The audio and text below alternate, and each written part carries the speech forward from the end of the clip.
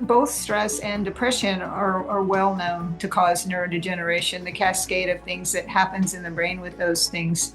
So, stress is a driver of all kinds of physical illnesses, and whatever's happening in your body also happens in your brain. So all of those things are linked together. And so, yes, I think stress is a big driver, and people that are sick have to get into parasympathetic mode for healing.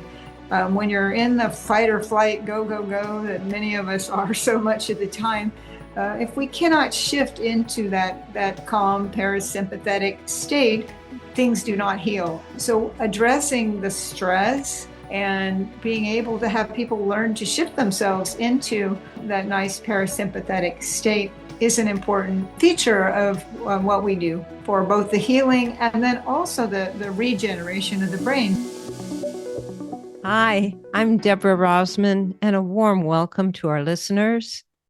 Each month for the AdHeart podcast, I have the privilege of interviewing people who are contributing to the creation of a more heart-centered world. This month, I'm talking with Dr. Kat Toups, a distinguished fellow of the American Psychiatric Association, the highest honor bestowed by the APA. And after serving as principal investigators on over 100 clinical trials for 12 years, including 20 failed trials for Alzheimer's drugs, she realized that the cure for brain and psychiatric illness was not going to be found in a pill, and embarked on an intensive course of study, initially sparked by a quest to heal her own serious autoimmune disease, which we'll ask her about, to learn functional and nutritional medicine. She's writing a book on resurrecting your brain and reversing cognitive decline. And it's an approach she used in a clinical trial she conducted with leading anti-aging longevity researcher, Dr. Dale Bredesen, where 84% of the study patients with mild cognitive impairment and early dementia had improvement. And more recently, Dr. Toups was the principal investigator in another soon-to-be-published random controlled study that showed significant results for patients with early-stage dementia due to Alzheimer's. They saw significant improvements in memory, thinking speed, and overall brain function. And to me, this is really hopeful and exciting for all of us. So welcome, Dr. Toups. Thank you. Thank you so much. I'm so happy to be here. Well, congratulations on your dedication and on this important research and the breakthrough results. It's very important for people to know what's possible because there's so much fear, especially those of us who are baby boomers and getting older, Right. that we're going to lose our cognitive faculties. But your study showed the magnitude of effects and the proportion of patients improved and the combinations of improvements that have never been seen before with any other treatment approach. So tell us a little bit more about this most effective strategy reported to date. Yeah. Oh, well, thank you so much for helping us to share the word because, as you mentioned, dementia just strikes fear into people's hearts, right? And, you live long enough, almost 1 in 2 of us will get it, if we live past 85. And of course, the very sad thing is that we're seeing dementia now at earlier and earlier ages.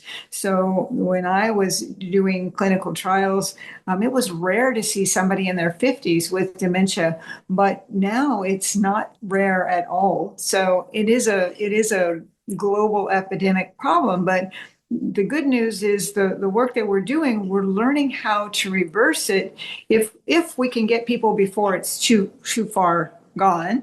And of course, everything that we learn about reversal also informs us about what to do for prevention, right? That's, of course, where the real money is. How can we prevent having the cognitive decline in the first place? But yeah, so this new study that we did is as a replication of the earlier study that you mentioned that we had our proof of concept trial where 84% of patients got better. That was done at 3 sites with 25 patients, so smaller number, but our new study was done at 6 locations. We had 73 patients, subjects, And this is a randomized trial. So we had a comparison arm. They were randomized in a ratio of 2 to 1. So two out of 3 people got active treatment with the precision medicine approach that I'll say a little bit about. And then 1/3 of the patients were basically, we call it standard of care neurology. So kind of whatever the neurologist would potentially do at this early phase, which is generally not much of anything.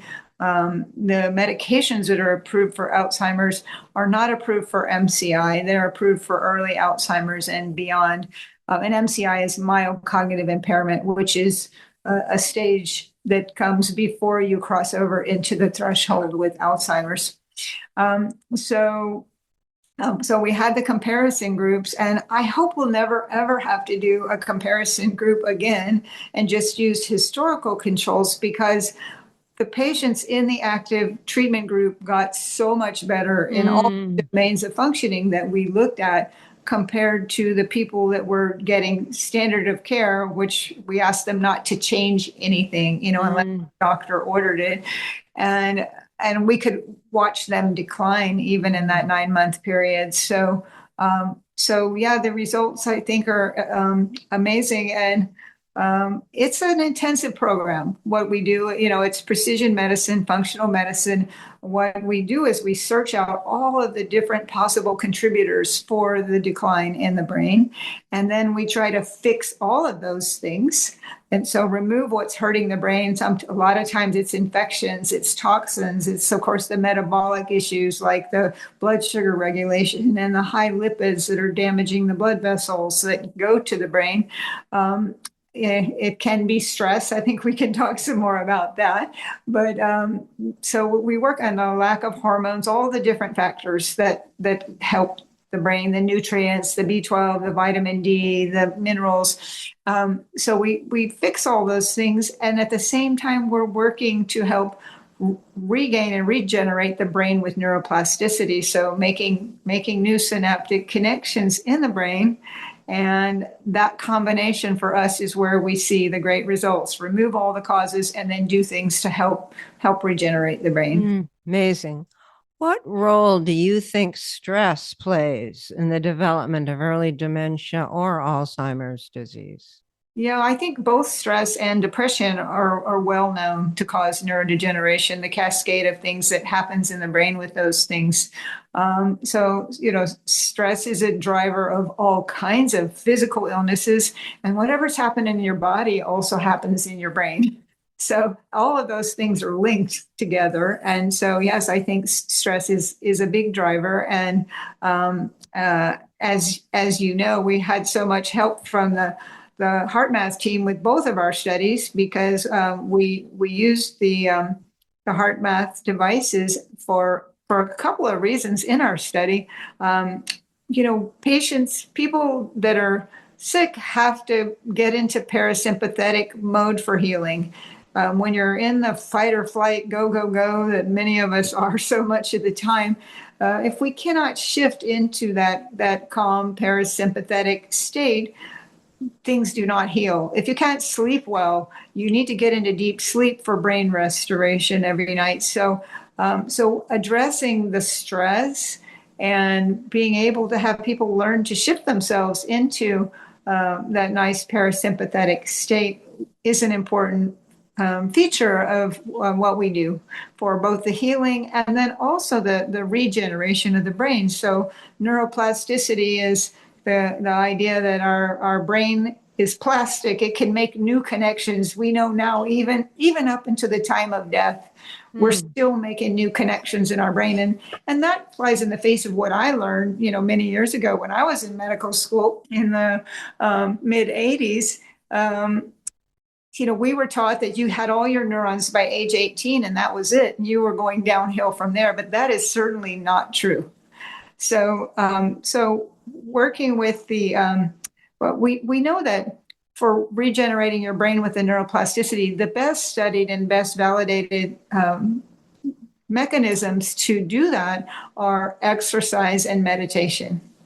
And, I love it that they're free, right? They're free and accessible to everyone. You don't have to buy a device per se, though, again, we love the HeartMath device because it informs people and teaches them more rapidly how to get into that calm parasympathetic state. So we've used it in both of our studies. And in this study, we had a lot of different tracking devices that were available to us. So we were able to track how our patients were doing and their compliance.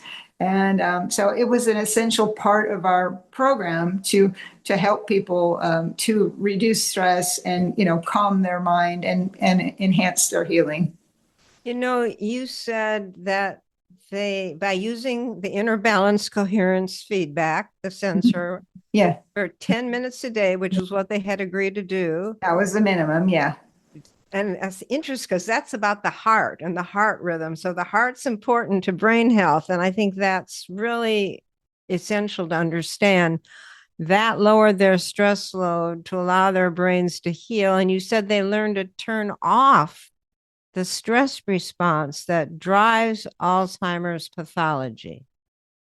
Tell us a little more what that means and how you measured it. Measured that. Well, we were, and we also, I'll say, we also used a Oura ring to track their sleep, which is also looking at their HRV. But the advantage of the HeartMath inner balance sensor, of course, is that now it gives people feedback in real time of their HRVs. Right. So they can use that to inform, their state of relaxation. As you said, their heart focus. I think that's a beautiful part of the HeartMath program, because I've experienced it many times myself. You can start your right relaxation and breathing, and that will improve things. But definitely once you start focusing on someone or something that you love and release all those beautiful hormones, that informs the HRV so well. So we had people working with those things, and we had help. Our health coaches were trained. HeartMath helped them with the training to be able to support our patients in the study. So in order to stay in our study, we had a lot of procedures people had to do, and we had to assure that they were being compliant with all those procedures. We had a certain level of compliance, and if people weren't able to do that with the support we gave them, then we had to terminate them from the study, because of course study won't work if you don't do what you're asked to do. So yes, our health coaches helped to support them to get started and then to stay compliant. Wonderful. You said that, I love this. You called HeartMath meditation for non-meditators. Yeah. Because many patients struggle just to try to sit and clear their minds, not just patients, but any of us. Yeah. Half the meditation times people have is just trying to calm the mind. And of course, the power of the heart, that's what our research at HeartMath has found, Right. helps to bring the mind into more quiescence when you activate heart-focused breathing or the quick coherence technique and the inner balance sensor. You said it gives patients something active to do, watching the feedback on the screen, training them into saying, oh, here's what gets me more in that coherent waveform.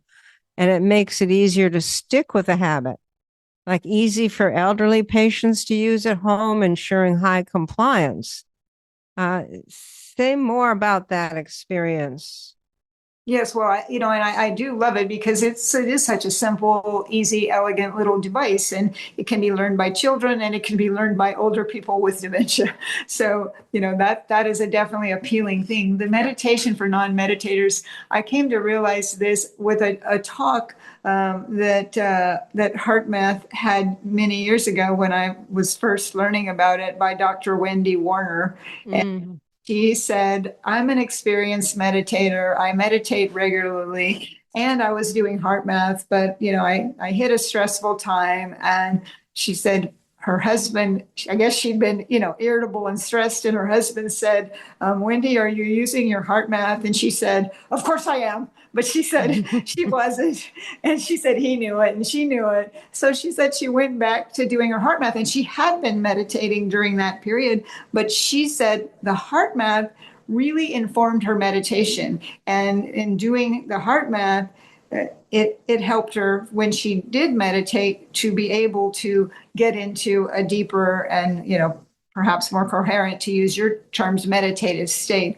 What I like about it and love about it is just that it is accessible for people. Meditation doesn't work for everybody. It doesn't jive for everybody. And so this is something so easy and accessible, and we can just see the results quickly and easily. So I think it's a useful modality, and that's why we included it in our studies. And, even myself as a 50-year dedicated meditator, sometimes life strain is such that you're not in your deepest place when you sit down to meditate. And if I just use the coherence, sensor, and feedback and go back to basics of heart focused breathing and activating what I feel genuine love and care for, finding that rhythm, it syncs my heart and brain. And I'm more cognitively clear and intuitive. So that's what a lot of the research studies from HeartMath are showing. That it's so fascinating to me that you're seeing this play into the reversal of dementia and that type of cognitive healing. And you don't see these results with the leading pharmaceutical approaches, do you?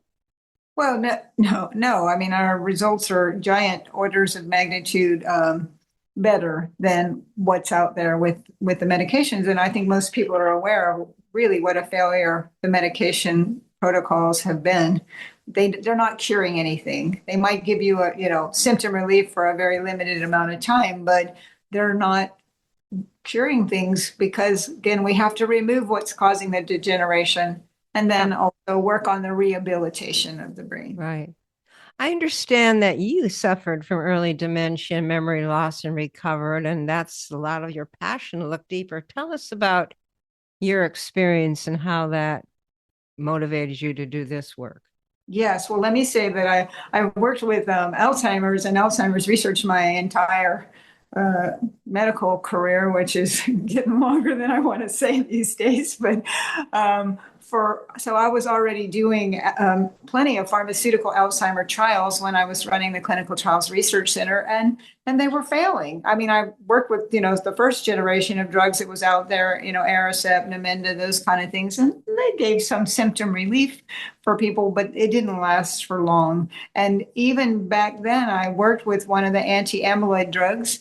And we showed that drug could wipe out the amyloid plaques in the brain, but it did not translate into clinical improvement. So people did not get better. But the pharmaceutical industry has continued over the last 20 years to spend billions and billions of dollars on these medications for little tiny results with big bad side effects like brain bleeds in 1 in 4 people that can result in death. So I don't consider that an effective strategy. So backtrack, I was doing clinical trials and several with Alzheimer's. And when I turned 50, I started having trouble with my cognitive function. And this was 16 years ago now. So I think people can tell that my brain is working pretty well now, but it was pretty scary back then. I think I was struggling so much I wasn't even afraid. I was just trying to survive. But I started to realize I was as cognitively impaired as some of the patients in my trials. I would test them with a mini mental status exam where I had to give them 3 words to remember. And I had used those 3 words for more than 20 years, many, many times, right? Thousands of times. And I had 2 sets of 3 words that I alternated. And I could no longer remember those words. And so when I asked the patients to remember the 3 words, I would have to write them down to check their answer because I couldn't hold that in my head any longer.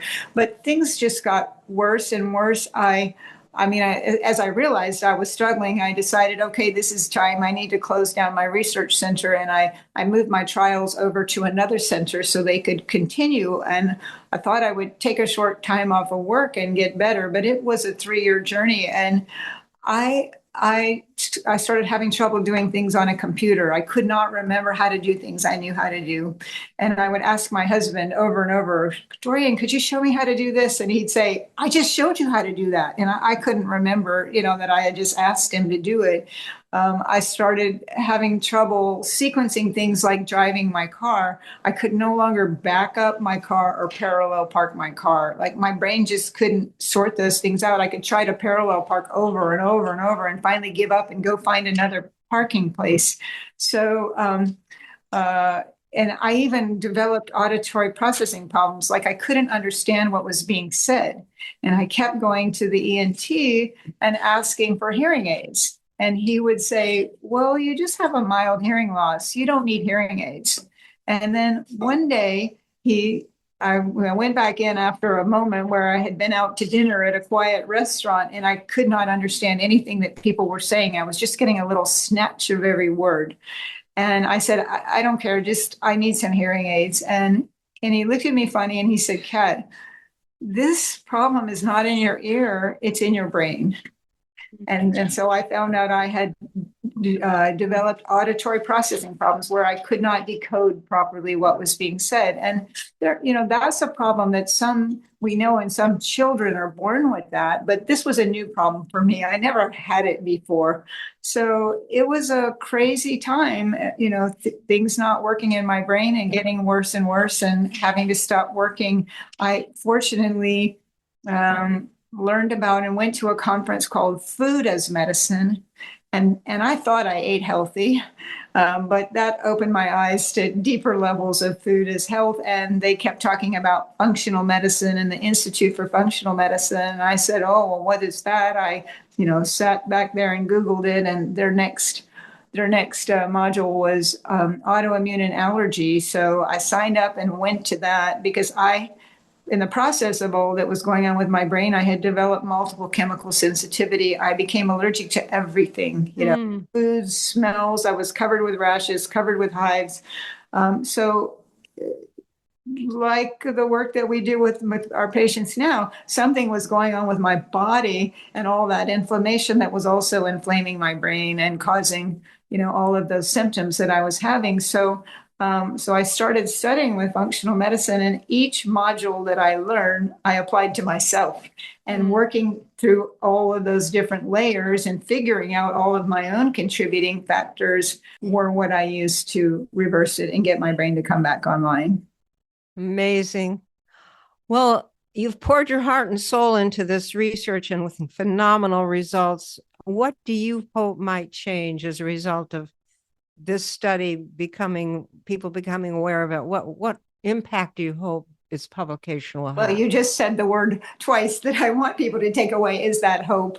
I want people to understand that dementia is not a death sentence. If you let it go, just like, if you have cancer and you don't treat it or do healing modalities, it's going to keep going. Well, the same thing with dementia. So if you say there's nothing I can do and you let your brain keep degenerating, it will. But the exciting thing is it does not have to be a death sentence for, I'm not going to say that we could help everybody. There's a lot of different reasons and kinds of dementia, but we're having great success with many different kinds of dementia. So that's the most important thing for me, is for people to have hope and to realize that there are reasons this happens. It's not some mysterious thing that just happens because of your genetics. Plenty of people get dementia that don't have the Alzheimer gene. And also I work with people that have 2 copies of the ApoE4 Alzheimer gene, and they're doing preventative work for many years and they're doing fine. So genetics are just a small factor. And it's really the things that we do in our diet and our lifestyle and our illnesses that turn those genes on or off. I think that's so wise. Well, I know you're giving people, and will give many more people, great hope. We're going to close with a heart meditation. Okay. Get our heart and brain in sync together for better cognitive function and health. So let's do this together. Let's start with what we do with the inner balance that you use. Let's focus our attention in the area of the heart and do some heart-focused breathing. Imagine your breath is flowing in and out of your heart or chest area, breathing a little slower and deeper than usual. Just find an easy rhythm that's comfortable.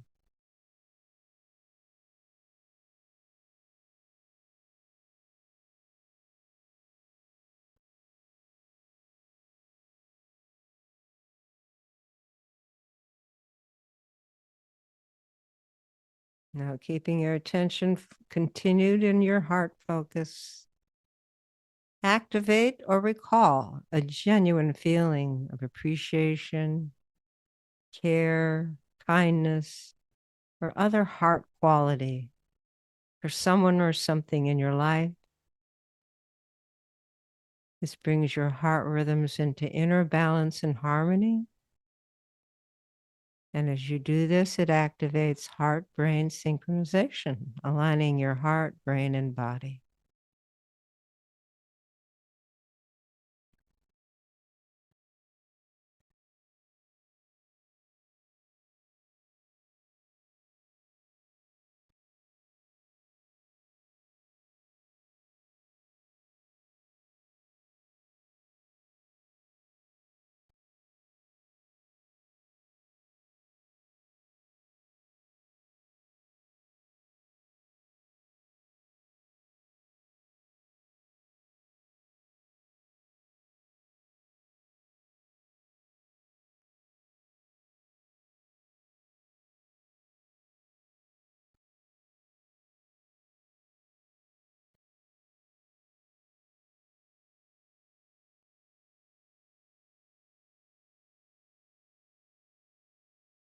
Now radiate that heart quality or that heartfelt appreciation, care, or kindness, or compassion to all people suffering from dementia, Alzheimer's, trauma.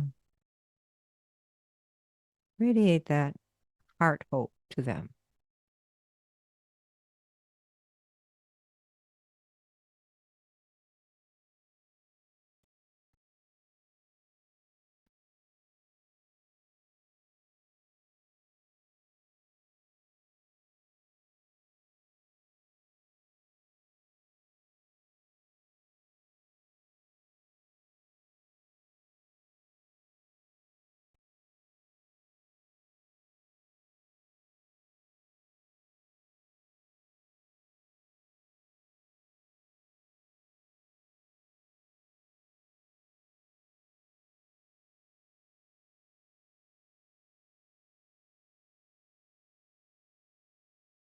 Now let's close by co-creating a reservoir of heart energy, of compassionate care that each of us can tap into and draw on over the next month whenever we feel stressed or overwhelmed and need a lift in spirit or support in reconnecting with our heart and getting our heart brain back in sync. Let's add that heart energy and visualize that reservoir that we're co-creating energetically.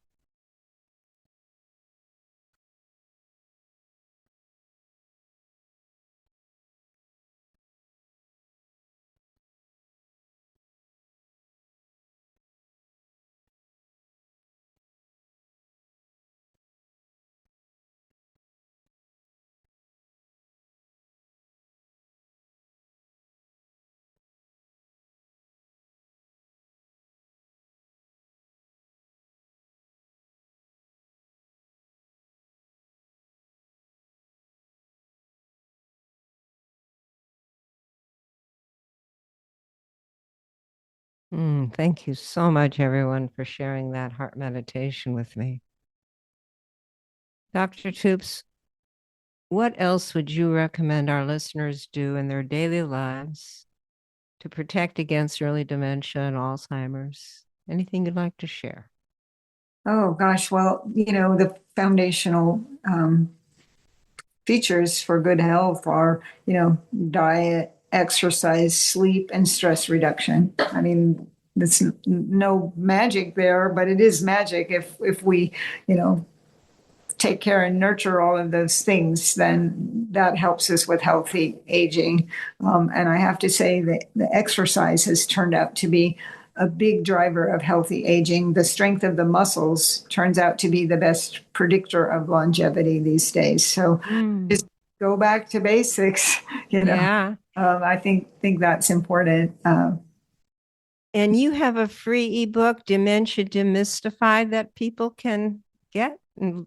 Yes, I have a free ebook on my website. You can just go to my website. Dementia Demystified will get you there, or you can just search Cat Toups MD. It should come up pretty easily. And right at the top, you can click. And I wrote this ebook a couple years ago. It's about 21 pages, and it kind of goes through all the things that we test and look at and the method.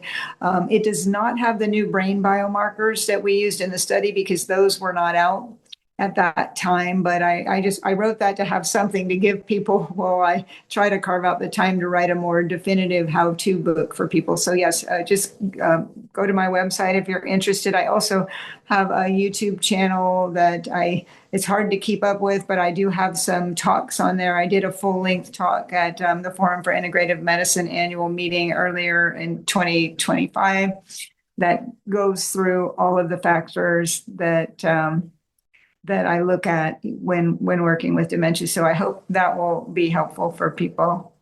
Oh, and I wanted to mention one more thing, if I could. I'm on the board of a new nonprofit organization called the Alzheimer's Survivors Foundation, and their website is alzheimersurvivors.org. And it was started by Dr. Dale Bredesen's patient zero, as he calls her, the first patient that he worked with to apply all of the same methods that I used in my own case, Judy Benjamin. And I think Judy has been recovered for about 13 years or more now. And she watched her parents die of dementia, and in celebration and to bring awareness to, the fact that people recover and stay recovered, she started this organization, and she walked across America at age 77. She just completed that walk in December. She started in San Diego. She walked all the way to Florida.